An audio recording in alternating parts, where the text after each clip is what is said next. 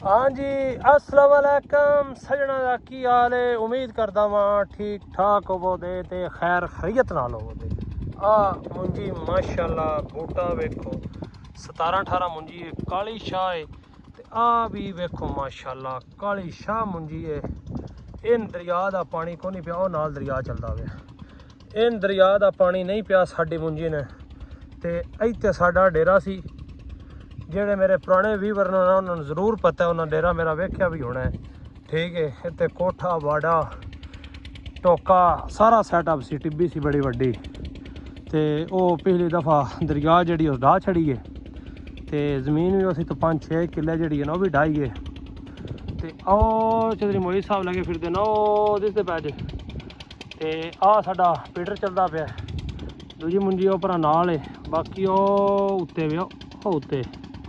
ਤੇ ਮਾਸ਼ਾਅੱਲਾ ਮੁੰਜੀ ਵੇਖੋ ਦਰਿਆ ਦੇ ਉੱਤੇ ਬੂਟਾ ਬੜਾ, ਮੁੰਜੀ ਬੜੀ ਕਾਲੀ ਸ਼ਾਹ। ਅੱਲਾ ਪਾਕ ਖੈਰ करे, पानी शानी तो अल्लाह पाक जड़ा ना महफूज रखे। बस दे रवो सजनों, अस्सलाम वालेकुम।